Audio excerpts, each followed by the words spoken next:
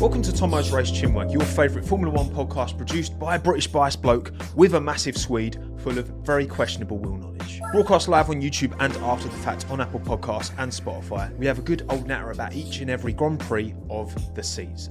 My name's Tommo, let's talk about it. We go again. Hello you lot, welcome to my post-race CHINWAG for the 2025 Italian Grand Prix at the Temple of Speed at Monza. The fastest Grand Prix ever, apparently. Been told it about 20,000 times. In qualifying, the fastest lap ever. And rarely did they give the context of, well, it's the fastest average speed for qualifying for the lap, because obviously there are shorter tracks that give quicker lap times. But also, for the race distance, it's the shortest total time. Which again, I suppose for Stefano, who wants to shorten these races because, you know, Gen Z have the attention span of a goldfish, then great. That's basically what he wants, right? Surely that's the plan. My God, that stat is triggering. That stat is deeply triggering, just like the word combat and like the word mega. But anyway, welcome everyone. Thank you all for joining me. Thank you, Francine, Abdul, Shannon, Lulu, Yunki, I want to say, Filippo, Short Guy, Matthew, Halita, Alias, Ava, Craig, Senfam, Lotus, Martina, Anja, and the rest of you who are here live on YouTube. I appreciate you all taking the time. Let's talk about this Grand Prix, shall we, at the Temple of Speed. And first of all, please, in the live chat, give me a race rating out of 10 for this 2025 Italian Grand Prix at Monza. Monza, a track, a vibe, very, very unique, completely different to the challenge we saw from Zandvoort last weekend in the Netherlands, right? And sometimes, the meme, sometimes maybe good, sometimes maybe... Don't need to finish that because we are, of course, a PG channel here. No naughties, as much as I try anyway. What are we saying?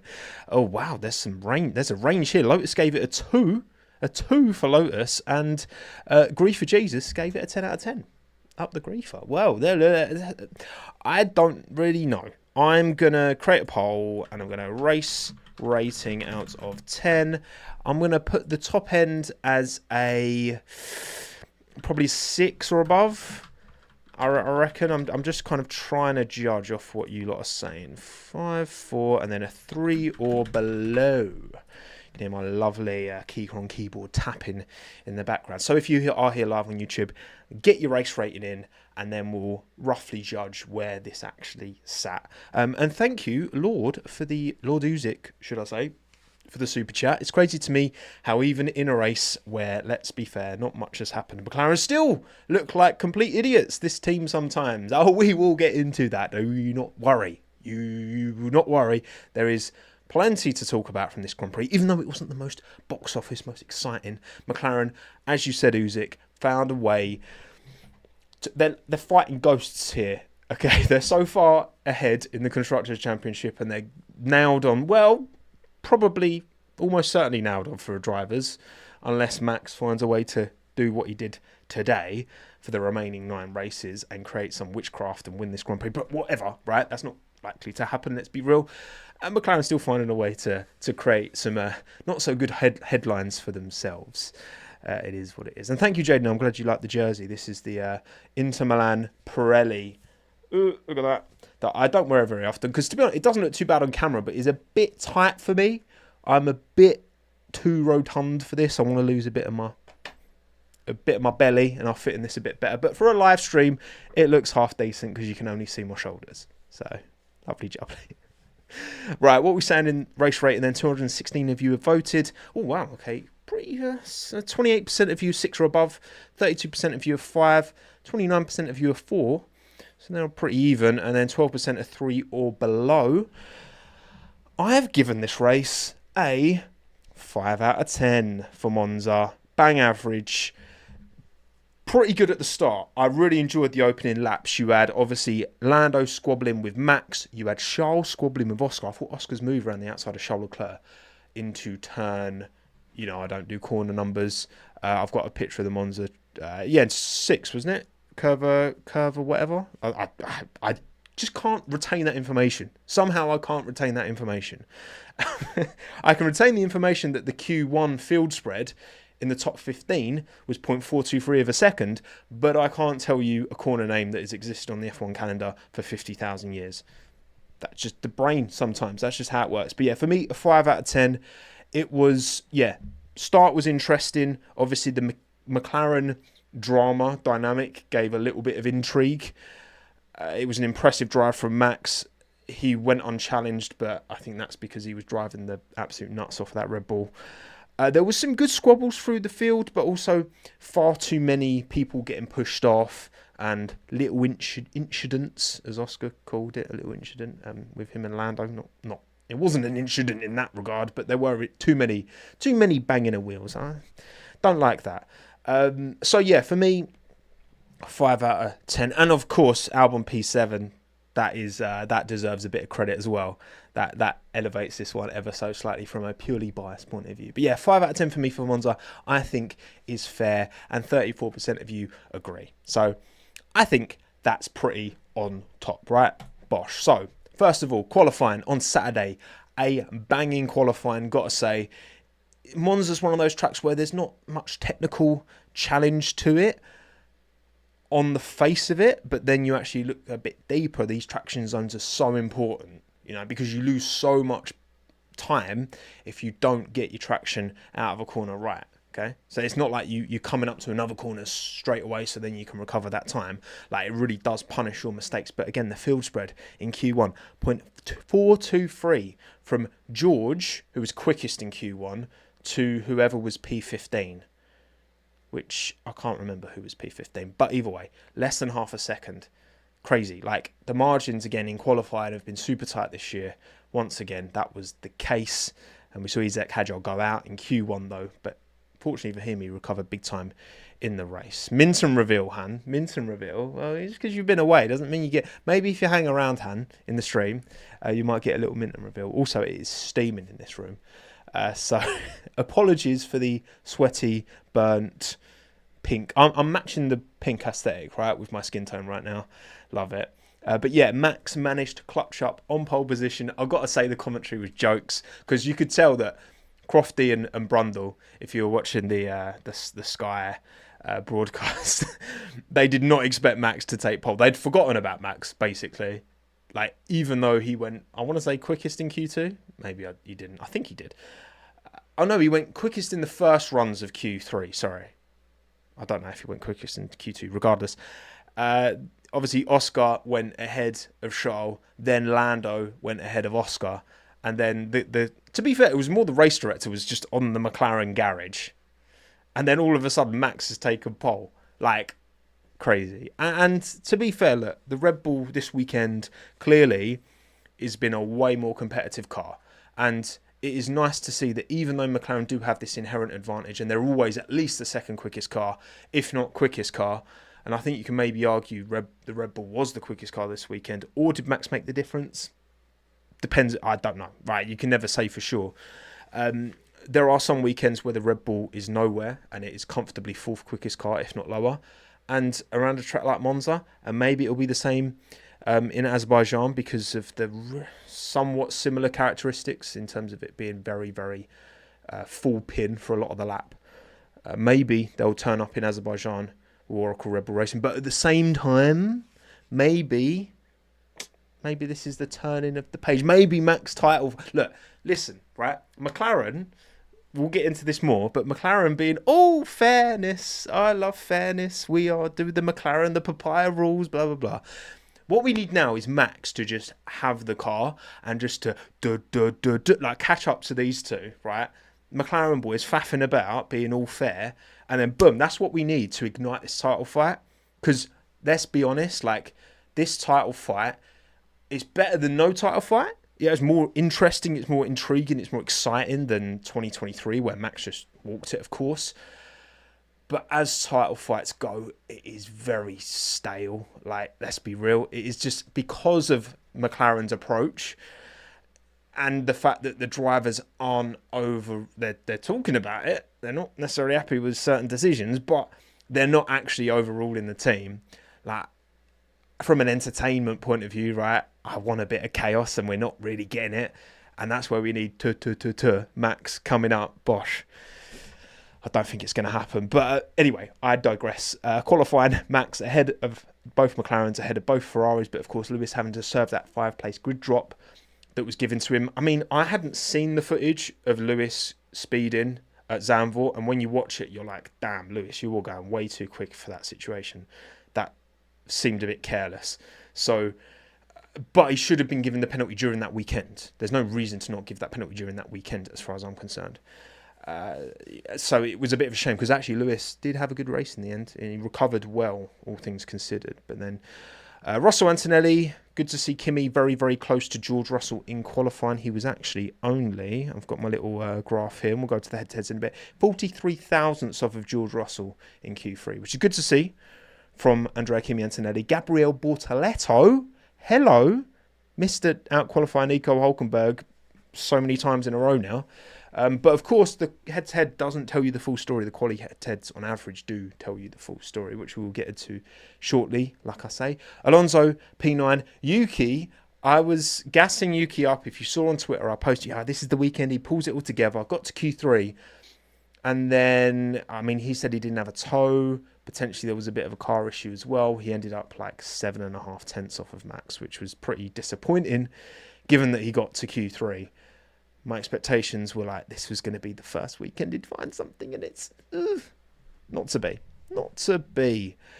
But yes, Behrman, P11, as always. Classic Ollie. Hulkenberg, 12. Sainz, 13. Albon, 14. Ocon, 15.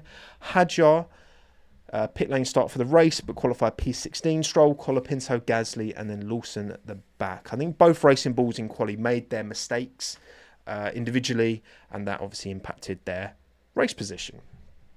Bosh. Right, cool. So, head-to-head then, how does that change things? Well, positionally, there is one change here. So, Bortoleto Hulkenberg is now 0.049 of a second on average, advantage Gabriel, so less than half a tenth.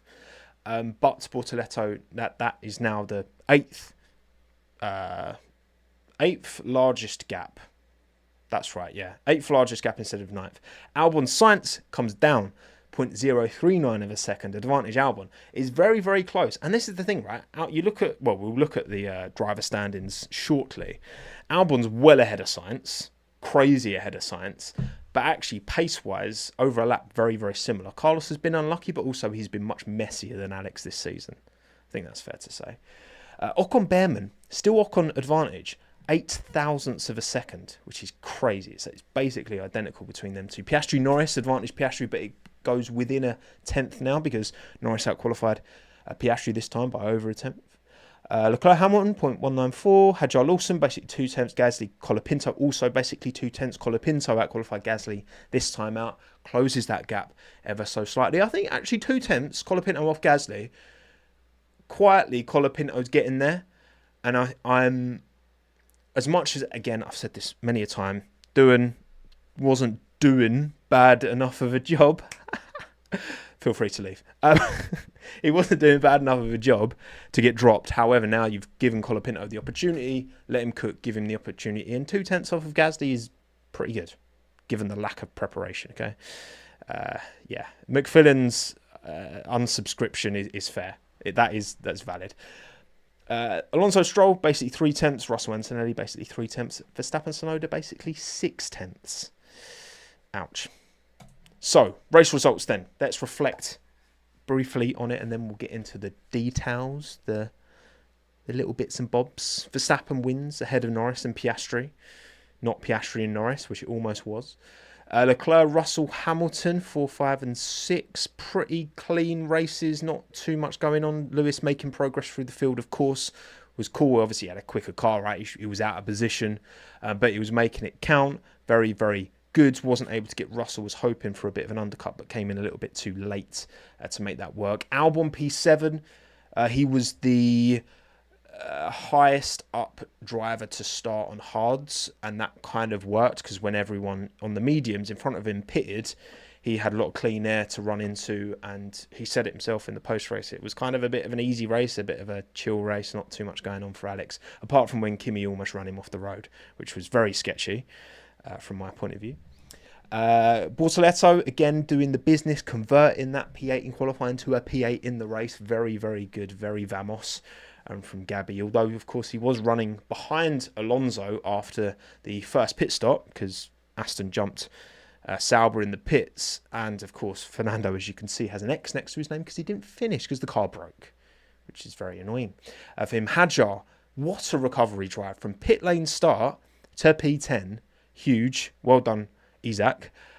Carlos Sainz, when one Williams has a good weekend, the other one must be rubbish. And unfortunately, Carlos had far too many tangles again this weekend. Wasn't happy about being swapped positions with Albon, but Williams needed to maximise Alex's performance because he was the one on the correct tyre ultimately at the start. Sainz was that they'd split the strategy with the Williams. So Carlos started on the medium, Alex started on the hard, and it turns out that when Sainz went behind Albon, Sainz kind of lost all performance in that medium tyre because of the dirty air, blah, blah, blah.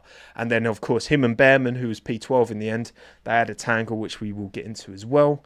Sonoda Lawson, 13-14, they also had a tangle, which we will get into at the same corner for both incidences. And for me, it's pretty cut and dry who's at fault for those, but I'll be interested to see what you guys think.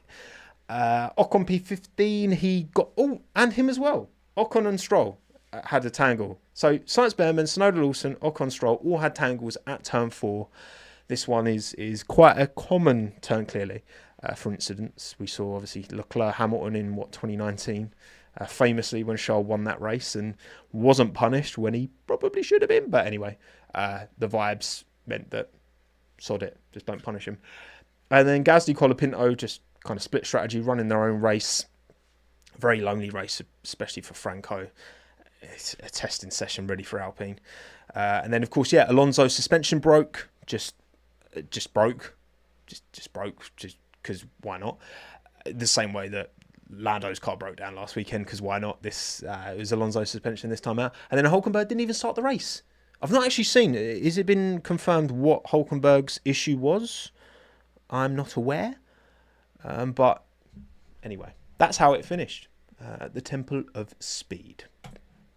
So the driver standings are as follows. Carlos Sainz P18. I want to start with that. 16 points, level with Ollie Behrman, but behind him because of a not as good best finish. How is Sainz P18? That's crazy to me. That's crazy that Sainz is P18. And again, look, I'm not here being like, haha, Albon's washing Sainz, blah, blah, blah, right? Because he's not, okay? He's very close over a lap. Albon had the advantage at the start of the year. Over a lap, I think Sainz has pretty much caught Alex now. But Sainz has been more messy in the races, blah, blah, blah. But for him to be P8, that's crazy. I had to when I was doing the graphics, I had to double check. I was like, how is he P18? Madness. But yeah, Piastri Norris, obviously unchanged at the top. That gap is now 31 points. Instead of 34 that it was before this weekend. Verstappen 230, so he is 63 off of the back of Norris. But I mean, a Verstappen type. The thing is, again, I don't think the Red Bull's going to have this kind of performance consistently for the rest of the year. The McLaren will consistently be up there. They don't need to win every single race. You know, they just will consistently be up there. We know the Red Bull almost certainly won't because of how much effort and resources moved to next year. You always got to wonder, you know, if the regs weren't changing next year and the teams were more incentivized to continue to develop their cars, I think we'd be looking at a very different title. I think of course, McLaren would also be adding performance to their car, but, you know, it just, you feel like Max just needs one upgrade, you know? One good upgrade, one good all-round upgrade.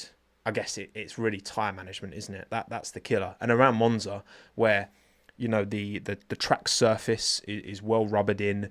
It's not big deg on the tyres. Everyone was able to... people were taking their mediums well into the race. I mean, McLaren did a medium soft, one stop. Like, that shouldn't be viable in an F1 race. You almost think they should have bought that C6 for Monza, the new one that they introduced mainly for Monaco. But it is what it is, I suppose. Positionally... there's a couple of changes here. So obviously Albon moves ahead of Antonelli, 70 points to 66 now from Maboy.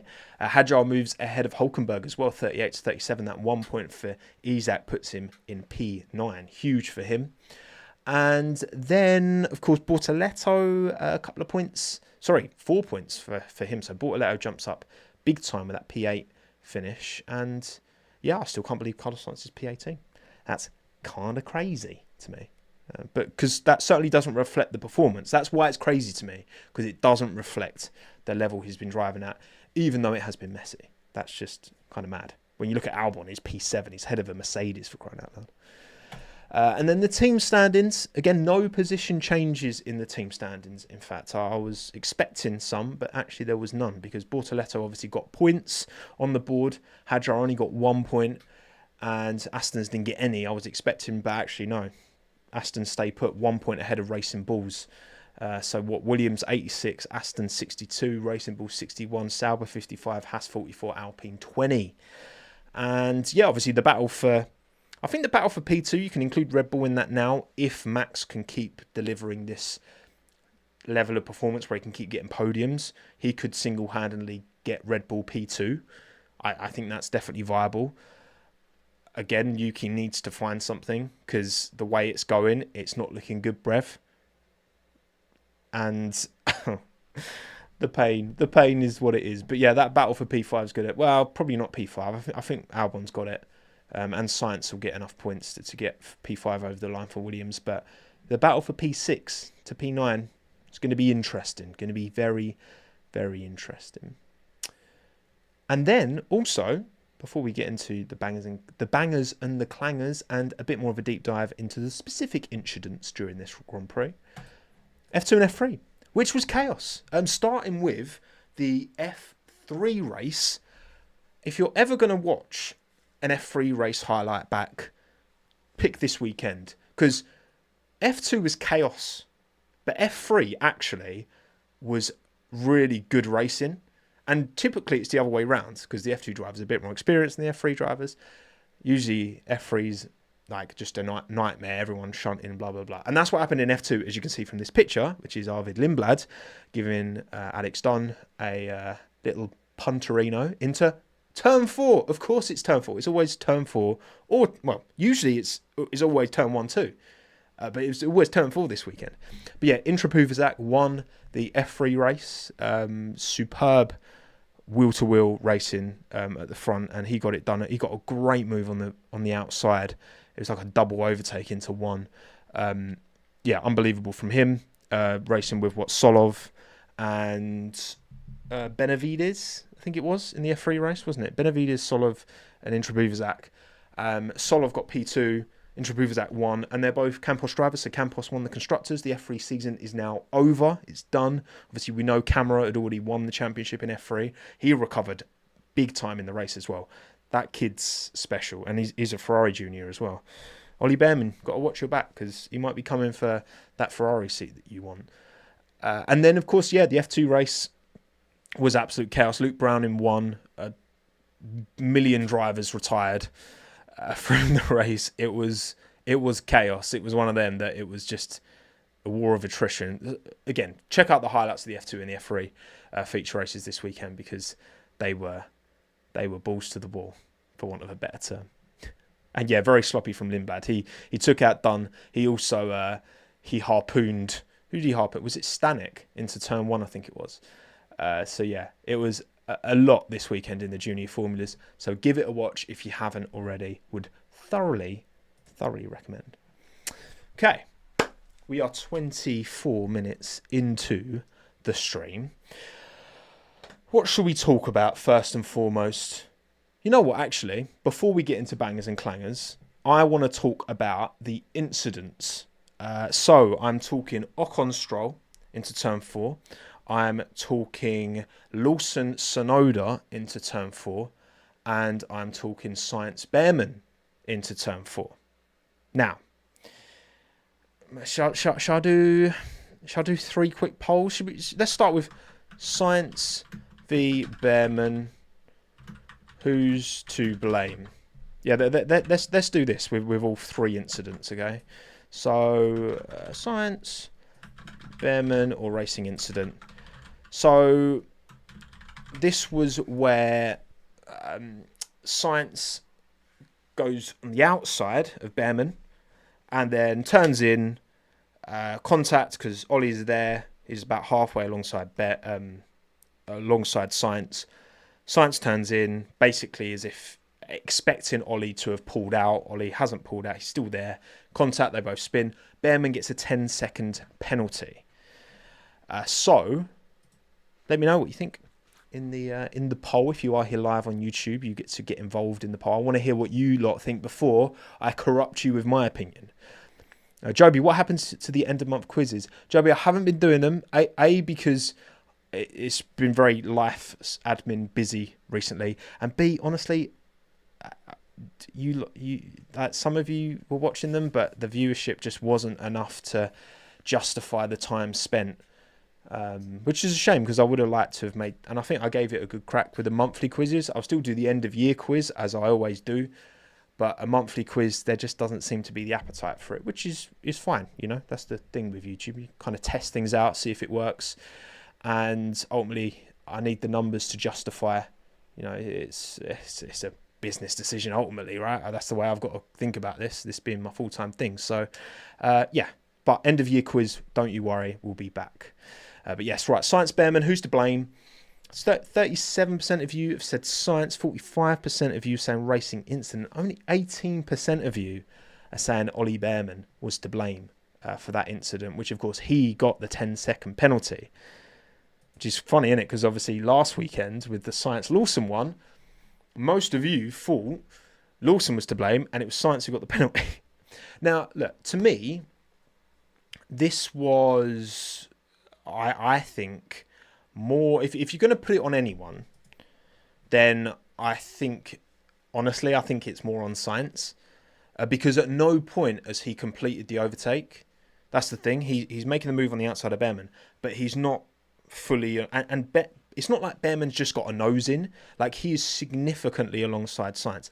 And I've said this a million times. I'm not going to sit here and be like, I'm going to get up the article 17.5 from the rules. So I think the overtaking rules are stupid. So I'm going to ignore them. I'm going to say what I think racing should be. And what I think racing should be in that instance, if you're not fully ahead, you can't expect the car on the inside to just slam on the brakes, slow down to a crawl and just let you drive past. Like, for Science to not give a car's width on the inside, it ended up hurting his race more. And to just expect that, because look, if it was a case of that Science had got vastly majority of the head, and maybe Behrman had just a nose in, I'd understand Science expecting to turn in and Ollie to have got out of it. But Ollie was more, his front axle was ahead of Science's rear axle. Like, watch it back. Like, he is what I would call significantly alongside, right? So for Science to just turn in it's hurt his own race at the end of the day. Within these rules that are stupid, Behrman gets the penalty. But for me, I agree with the 36%. I actually would say, to be honest, I would actually put it on Science above racing incident. However, I can imagine if the stewards had penalised Science for that man's head would have been on Mars. Because after how fuming he was after Zandvoort, I can understand maybe just why they were like, you know what, we're not going to poke the bear. We're just going to give the penalty to Ollie. I think it's on Science. If not, I would have accepted a racing incident, but if it's on anyone, I would have given it. I would have given the penalty to Science, in my opinion. But for what that's worth, which is clearly not that much. And 45% of you racing incident, 37 Science, 18 Behrman. Okay, right. Next one. We are going to say Ocon versus Stroll. Who's to blame? So this was into turn 4 as well. But this was much more like the Sonoda Lawson one, which we'll get onto shortly.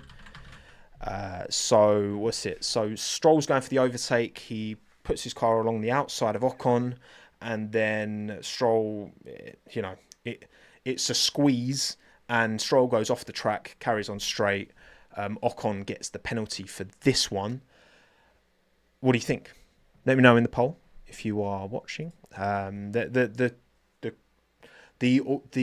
anti-Stroll argument that I've heard is that Stroll essentially just drove off himself, and therefore Ocon shouldn't be penalised, which is often the forcing another driver off versus the driver who went off driving themselves off. There's always that kind of back and forth. Who's to blame? So 46% of you say Ocon, 36% of you racing incident, 18% of you say Stroll. So for me, this one is definitely Ocon.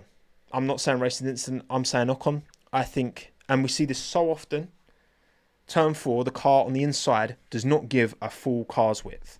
And you watch it back, Stroll is not just a nose up the outside, he's significantly alongside, right? He's there. And Ocon squeezes him so much that their wheels end up, when they kind of overlap the wheels. Like, what else is Stroll meant to do? He's in that position. He's entitled to go for that space as far as what I believe racing should be. And Ocon doesn't give him a car's width. Like, you have to give a car's width, as far as I'm concerned, if you're on the inside. And he doesn't. And Stroll dips a wheel. Like, for me, it's so clear and obvious. It's absolutely on Ocon. And the penalty, I mean, you can debate the merit of whether it's penalty worthy and how much that penalty should be. But for me, that is absolutely on Ocon. Stroll wasn't nearly as far up the outside of Ocon as Ollie was up the inside of Sainz. Tyler, I mean, I've watched, he is well enough.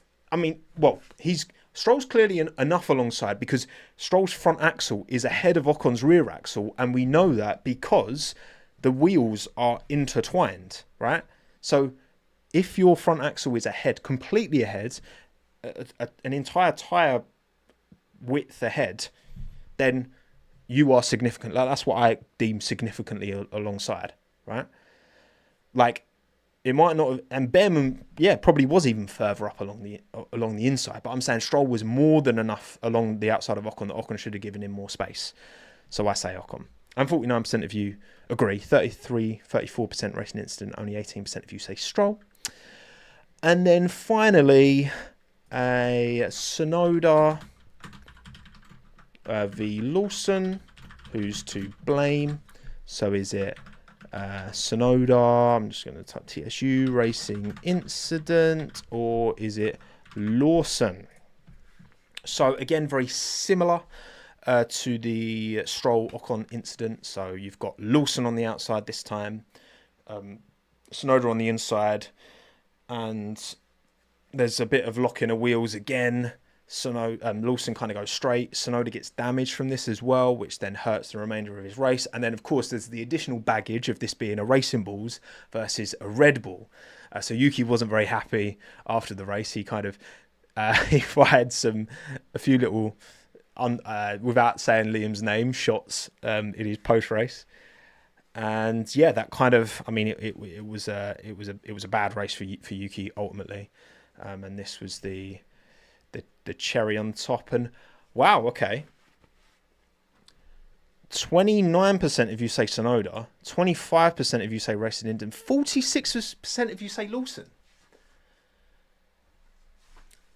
So wow, I'm very surprised.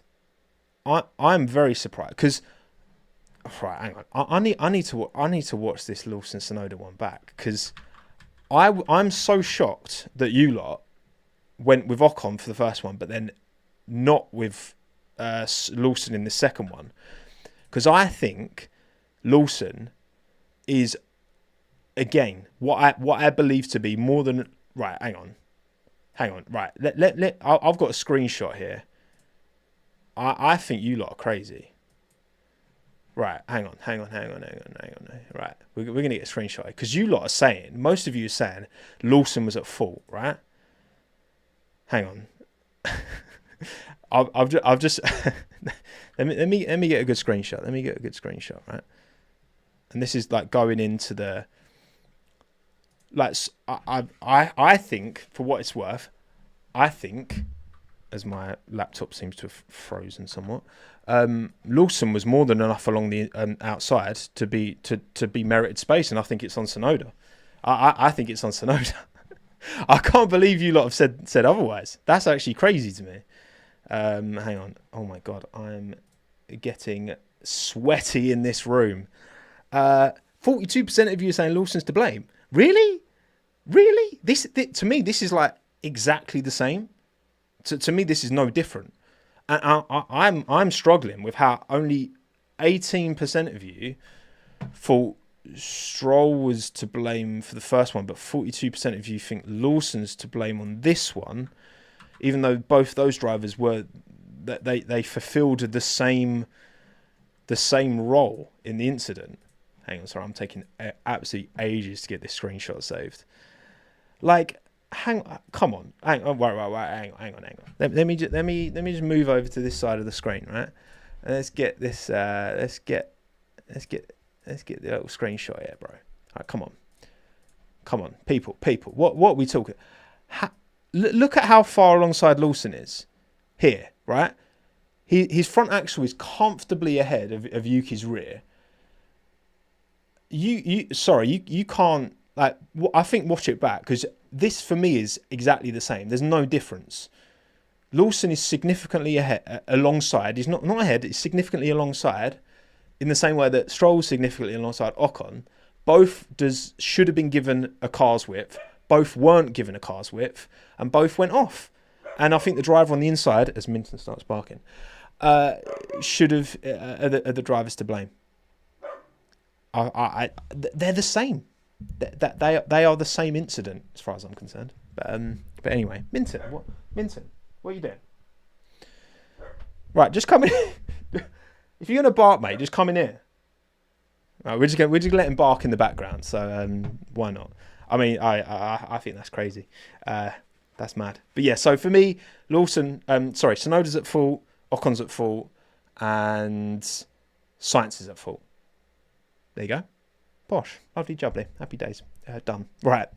Let's get on to bangers and clangers, shall we? Starting with reflecting on our bangers and clangers from prior to this weekend. And, I mean, I'm giving myself 2 points. Lewis' race win was ambitious and rubbish. No. Carlos Sainz banger. No. Clanger Lance, as much as he was, I think, he wasn't at fault for the thing with Ocon. He went out in Q1. Alonso got to Q3. Alonso running comfortably in the points, and Lance finished he was the last finishing car on track behind both Alpines, which is impressive because he pitted right at the end for softs. And I'm giving myself a point for that because it's a clang. Come on, it's a clang.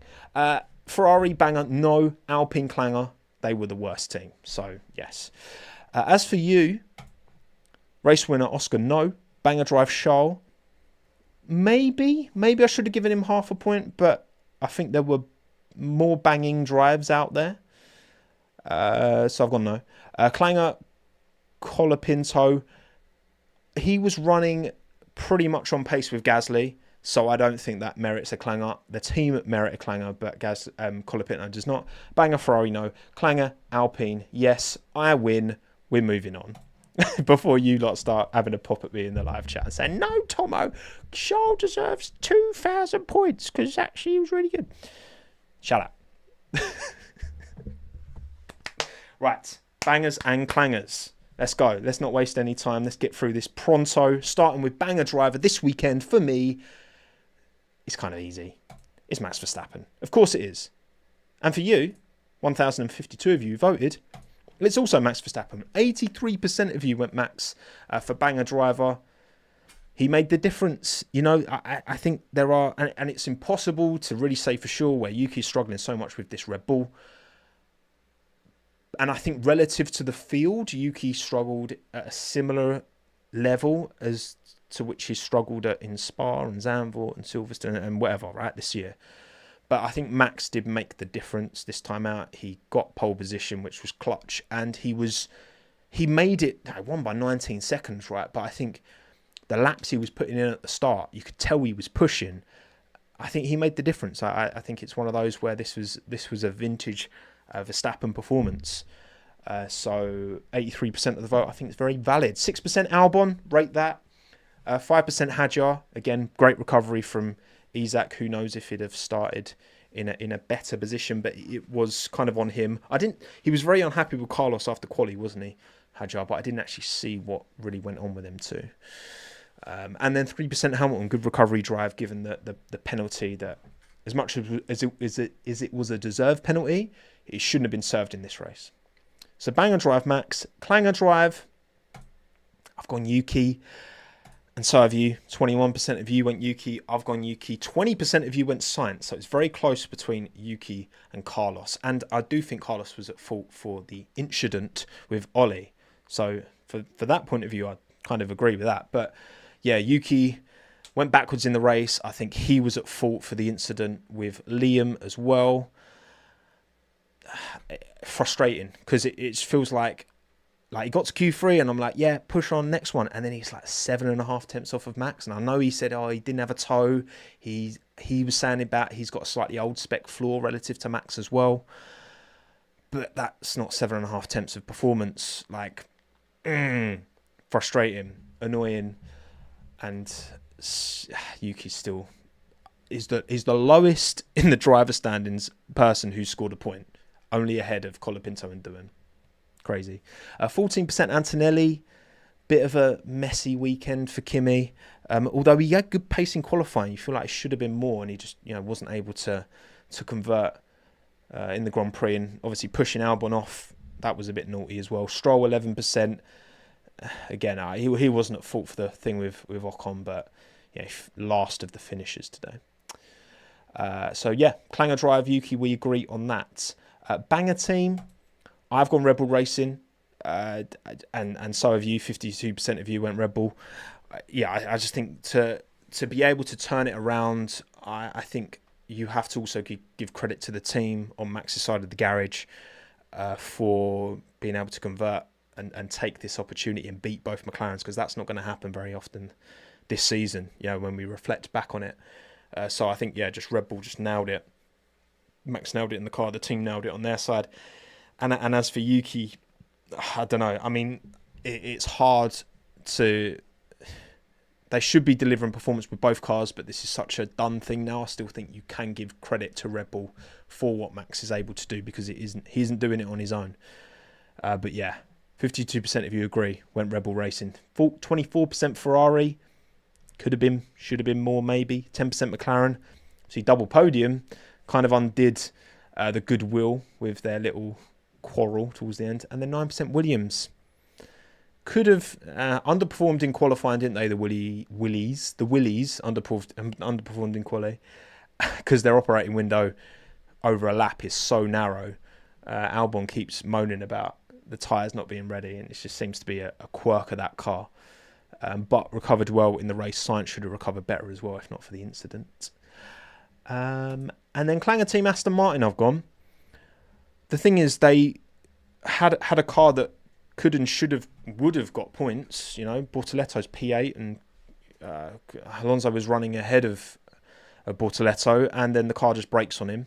Not good enough. And Stroll, we know Stroll's got a decent result in him, but certainly wasn't the case this weekend. I think just a big opportunity lost for Aston Martin. Of course, Sauber gave Hulkenberg a car he couldn't even start the race in, but at least they delivered Bortoletto the car to get points. So I would agree, J-Pro, no team really deserves banger today, or Clanger for that. I don't think there's a big stinker and a big winner either way, but that's the way I'm going for this. And your Clanger is McLaren, 40% of the vote. How does a team who gets P2 and 3 Clanger? Well, we will get into that. 25% Aston Martin, 21% Alpine. Again, Alpine were nowhere worse car on the day. Haas, opportunity missed, really. Behrman, I think, probably had the performance, and Ocon was unfairly... No, was he? No, he wasn't unfairly. He was correctly punished for pushing Stroll off, as should have Tsunoda, but it is what it is. And that means this is the total over the course of the season for what it's worth, and that's yours. So we can reflect on that at the end of the season, can't we? We can look back. Look back indeed. Right, it's 13 minutes past. We're going to go team by team now, starting with the Saubers. Again, Hulkenberg, shame. Don't know exactly what happened. It is what it is. That's the kind of way it goes sometimes. But yeah, Bortoletto, just another quality result. Out-qualified Nico again. Gabby, serious driver. Serious driver, Gabriel Bortoleto. Love to see it. Alpine, nowhere. Gasly got an extension, which is great for Alpine because Gasly is a driver. I think Pierre's fantastic. And actually, Colapinto's coming. So I think from a driver standpoint, there is reason to be optimistic for the future. Just they need 26. They need that Mercedes power unit because with that Mercedes power unit, they could cook next year, genuinely. But it is a bit all over the place with that team still. And talking of all over the place, Ferrari. Look, I mean, a Ferrari-less podium at Monza is kind of sad. It's kind of sad, isn't it? But actually, it was quite cool seeing Max being pretty well received on the podium in Monza. And I don't think that would have been the case if he'd done this in 2023. Did he win the race in 23? Probably. But yeah, he was getting a bit of support, wasn't he? And I think the McLaren boys were getting a bit of a frosty reception. So yeah, look, Charles, Lewis, I think in themselves both drove pretty maximised races. So can't really say much more than that. Just disappointing, honestly, from Ferrari this season. Pretty disappointing. Ferrari this season. Damn. Can we stop calling the Alpine awful just because of the PU? But Alpine make the PU, pal. Well, I mean, Renault. But it's their PU, so they have to take responsibility. Who else? They can't blame anyone else for them having a bad PU. It's not. It's energy recovery on the PU's rubbish as well. But yeah, good recovery from Lewis. Good vibes. Always is at Monza with Ferrari, but not to be. From a result point of view, Haas. Yeah, I mean, Ollie was running well, obviously qualified well, should have been in the points, or at least fringe points were definitely on. And again, I think he was unlucky. I don't think he was at fault for the contact with Carlos, and Ocon pushed Lance off and had a bit of a stinker, didn't he? So it's super close between them two as teammates, their performance, and Haas are very up and down. They didn't have a lot of straight line speed this weekend. They seem to build their car a bit more for downforce, not for combat. Don't ever say that. And no points on the board. Not ideal from Haas's point of view. Not ideal. Racing Bulls, of course, Hadjar, great recovery. Both drivers messed up in qualifying somewhat, but huge recovery from Hadjar. And Lawson, again, I think he was pushed off by Tsunoda, and I think Tsunoda was at fault for that. But either way, you know, for Hadjar to do the recovery drive he did, and then Lawson not able to make his way through the field in the same way, it's just another, you know, relative to Isaac, it's another bad weekend for Lawson. Fortunately for him, Lindblad also had a stink. So, hey, maybe. Look, I said it before, I say it again. I think they should keep the lineups the same for next year. New cars, reset. We know Yuki's better than what we're seeing right now, and I think Hadjar and Lawson, yeah, two very talented drivers there. But, yeah, one to forget for Liam, unfortunately. And only 1 point on the board for Racing Bulls. Even though last weekend they were looking rapid. This weekend, a bit more challenging. Bit more challenging for them. Williams, come on, Alex. Love to see it. P7, love your work, sunshine. And yeah, just again, recovered well. Quality wasn't great, but the hard tyre choice was the correct tyre choice. If Science had gone with the hards as well, then you're looking probably at Williams double points. Unfortunately, they split the strategies, and as well as Science crashing into Behrman, which is how I see it, really. Yeah, he kind of unravelled his own race, but also the strategy wasn't on his side. Again, it's impossible to have both Williams cars have a good weekend. Just impossible. It's just not doable. Hence why there's such a gulf. Hence why one's P7 and the other's P18. How's Science P18? That's still mad to me. Still mad to me. Mercedes, Russell had a very, very quiet race. Very, very little from George. P5. It was pretty lonely for him. And Antonelli, another tricky weekend.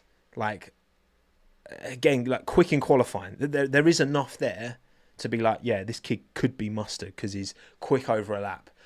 and he's clearly very good wheel to wheel. You saw that through the junior formulas, right? But he needs to tighten this ship up. He needs to get on top of something, because it's not been that good this season from Antonelli, is it? At all, to be honest. And it's more in the spotlight because it's a top car, which was always the risk. Because remember, Antonelli was originally... Antonelli was going to go Williams, wasn't he? Or was it Piastri? No, I think Alpine were going to loan Piastri to Williams. But then there was talk of Antonelli maybe going to Williams as well in the stopgap. But regardless, I hope he comes good, because Toto's really put it all on the line going for him. Aston Martin... Alonso said it, like, they've been so unlucky. They have been very unlucky this year, but also, like, their car is just... It's such a what could have been. When you look at how 2023 started, it was unbelievable. And it's just like, damn. It's a shame. And Stroll just not quick enough this weekend. Roll on 2026, Aston. He really should be up there, shouldn't they? Considering where McLaren are. And then where you look at where both teams were in 2023. And it's like, it's actually crazy. But when you've got Max Verstappen at the wheel, even with Newey gone, even with all these high-profile departures from Red Bull Racing, like, yeah, Max made the difference this weekend and deserves the plaudits for it. You can see that it was actually like, I kind of said this at the time in 23, when you're just winning all the time, like, the wins aren't going to hit as much, you know what I mean? But I feel like Max really needed to, like, earn that victory, you know, where, like, he doesn't have this, the car, he's got the car disadvantage now. And he was like, he knew, like, he had to, like, really earn that. And I think the fans, like, appreciated that as well in the moment. And yeah, it was pretty good vibes seeing Max on the podium, not going to lie. It was actually pretty good. And like you say, Patrick, Max inevitable Verstappen. Very inevitable. That's what he does. And Yuki needs to find something, doesn't he? He needs to find something. So then McLaren. Well, I mean, look, it's pretty straightforward, isn't it? Because look, I think Lando, you've got to say Lando's the quicker driver this weekend. I think he just had something on Oscar the entire time. And I think during the race, you know, Piastri wasn't troubling Lando at all. Then, of course, the pit stop situation happens. And look, this weekend's video, in fact, tomorrow's video, I'm going to be talking more about, specifically about this McLaren incident. And actually, linked in the top of the description if you're watching this on YouTube, or go to my YouTube community page, you will see this poll. And I'll just give it a refresh. If you can go to that and fill, and just, you know, were McLaren right or wrong to ask Oscar to return his position to Lando after that botched pit stop? Were they right or were they wrong? Currently, 70% of you are saying wrong. So there's a reposition here. Because originally I was like, should Oscar have let Lando pass? But actually, a few people were like, why are you putting this on Oscar? And I was like, actually, no, yeah, you're right. It's not on Oscar. It's on McLaren. Were they right to make this call? Because obviously on the team radio at the time, as I go to the wrong overlay, as always, there we go, that's the right one, McLaren. They kind of made the comparison to Hungary. But it wasn't the same as Hungary, was it? It like, factually wasn't the same as Hungary, because there was a mistake from the team. In the same way that there was a mistake on Lando's car that caused him to DNF last weekend, there was a mistake in Lando's pit stop this weekend that resulted in Oscar getting ahead. Now, the difference in Hungary last year is that it was all calculated, badly calculated from McLaren. They shouldn't have done it, clearly. But they knew by pitting Lando first, he'd get the undercut on Oscar and be ahead, and then they'd have to ask him to swap the position back, and they expected Lando to just be like, yeah, sure. But actually, he didn't want to and waited out and blah, blah, blah. So it's not the same as Hungary. And that's where it becomes tricky. And look, the way it is, if you pick a number one driver, it's a lot easier. Because whatever happens, you just go with number one. You go with the Michael Schumacher. You go with the Max Verstappen, right? You give them priority regardless. It's easy. It's straightforward.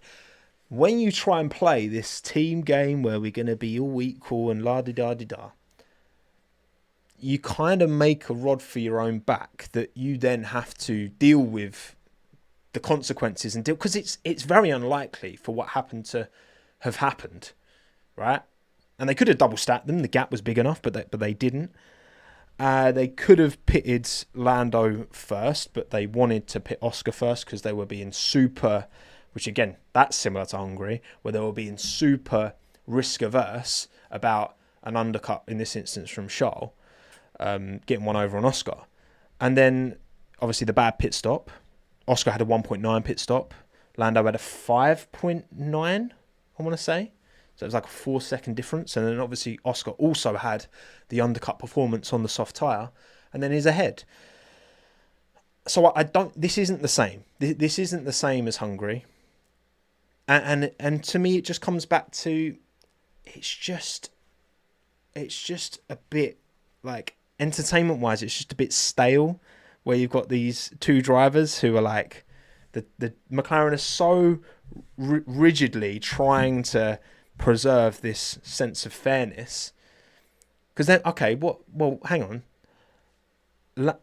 You could say, right, well, look, Lando had a bad pit stop, but that wasn't his fault.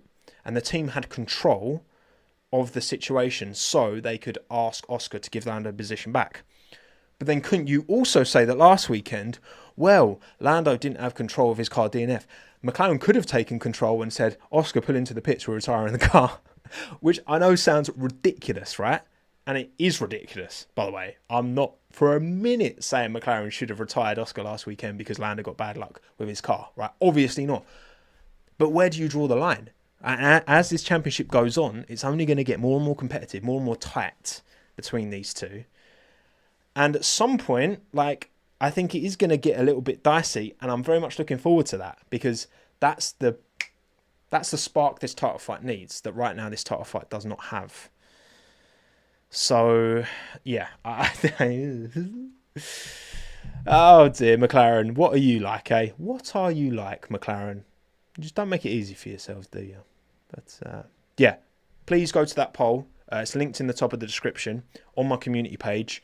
And like the replies that you think are best. And basically, in tomorrow's video, I'm going to go through it all and like give a full synopsis of it. Because I think it is a very complex, nuanced thing. And it's like, I don't know how this is going to go. But, yeah, I think McLaren have made themselves, through bad luck, let's be honest, it's bad luck that it's a bad pit stop.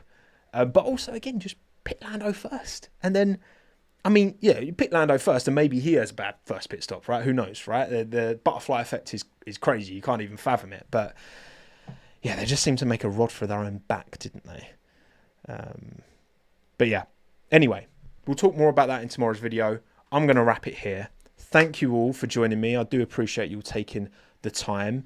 Noah, Central, David, Filippo, Bones, General, Whisk, Swoosh, T, Cowrie, Daniel, Bill, Matthew, David, Carlos, Rayner, Cowrie, Yard Animal, Dino, Francine, Jaden, Halita, Doha, Lou, J Pro, and all of the rest of you. Pleasure as always. My name's Tomo. Thanks again. Have a good one. Ta-da.